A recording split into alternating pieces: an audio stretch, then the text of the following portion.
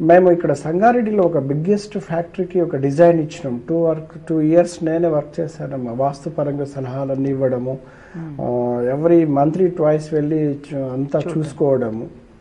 అయితే అందులో one of the director ఆ ఊళ్ళో అన్నమాట, ఒక పెద్ద మనిషి.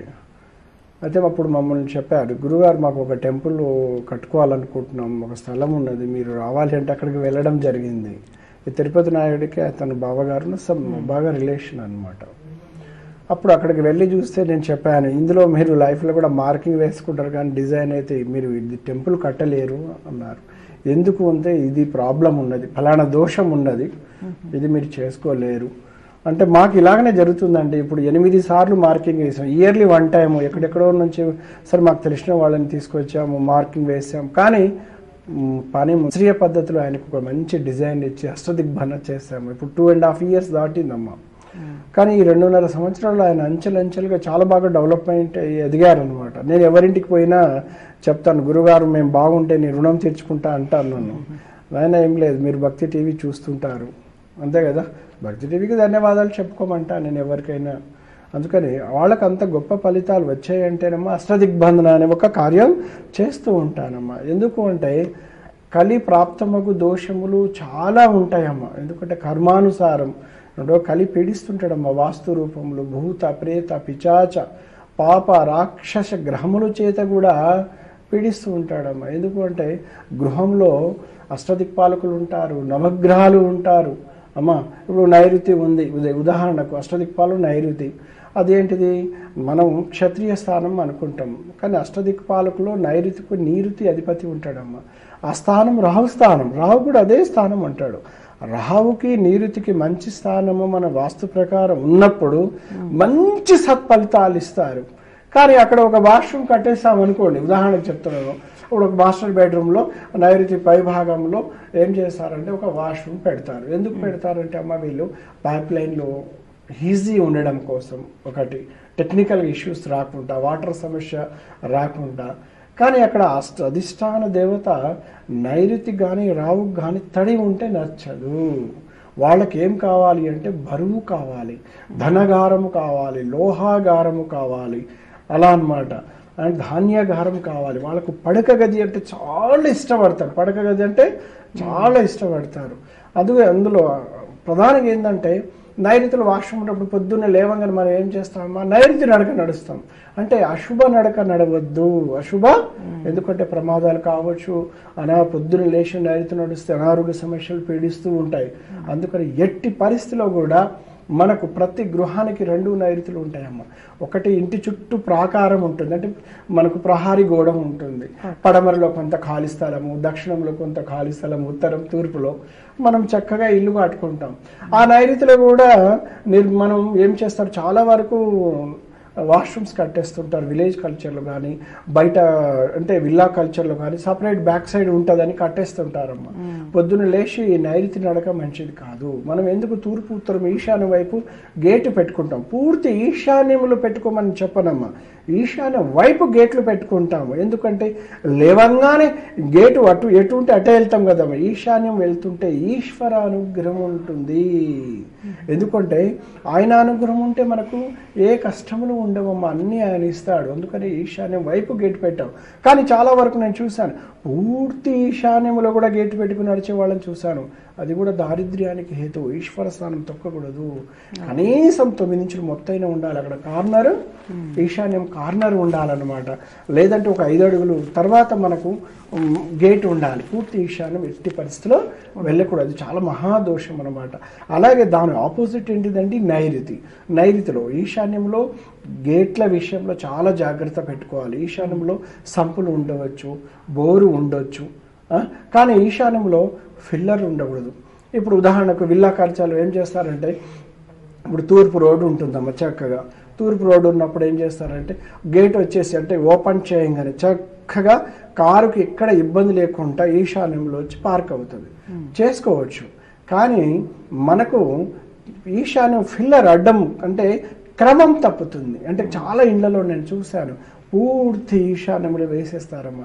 North east face, north road గల స్థలం, మంచి స్థలం, కానీ మంచి స్థలమే, ఒక క్రమం తప్పుతుంది, అంటే ఒక లయ తప్పుతుంది. ఫిల్లర్ అనమాట. తీసుకెళ్ళి పక్కక ఉత్తర ఈశాన్యంలో వేసేస్తారు, లేకుంటే తూర్పు ఈశాన్యం, ఉత్తరం రోడ్డు ఉన్నప్పుడు తూర్పు ఈశాన్యంలో వేస్తారు.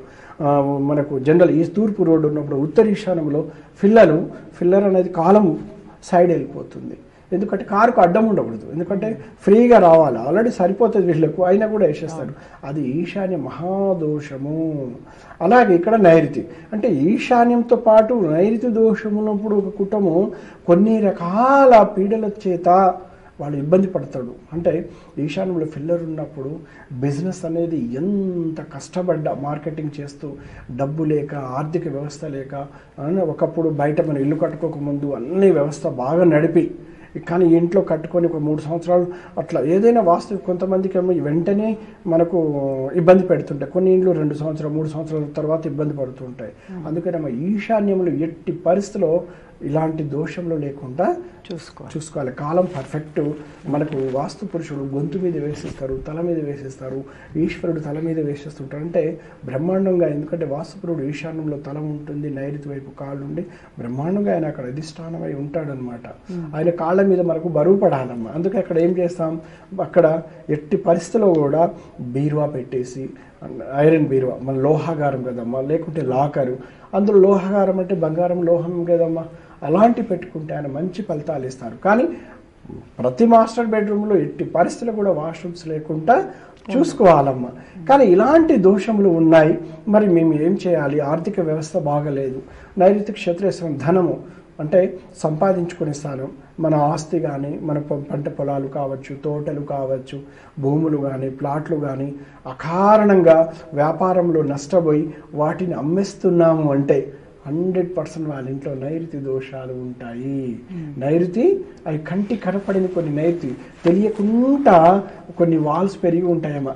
నేనైతే ఇట్లా అడుగు పెట్టని ఇట్లా కంటి చూపుతోనే 2 అంగుళాలు పెరిగిందా, 3 అంగుళాలు నైరుతి, దక్షిణ నైరుత, పశ్చిమ కంటి చూపుతో చెప్పేస్తానమ్మా. మెజర్ చేసి చూపిస్తాను ఒక్కొక్కసారి. ఎందుకంటే వాళ్ళు సమస్య చెప్తే చాలు, వీళ్ళ ఇంట్లో ఏ దోషం ఉందో క్షణాలు చెప్తాను. నేను 30 సంవత్సరాలు, సుమారు 29-30 సంవత్సరాల నుంచి వాస్తు వృత్తిలో ఉన్నాము. వాస్తు విజయం గ్రంథం 2012లో రాసాము, షిరిడి సాయిబాబా అనుగ్రహంతో అమ్మ. బాగా సక్సెస్ అయిన బుక్ అనమాట. చాలా ప్రతి దోషం గురించి చాలా క్లియర్గా రాయడం జరుగుతుంది. అందుకనమ్మా నైరుతి దోషములు ఇట్లా మన ఆస్తులు అన్యాక్రాంతం అవుతున్నాయి.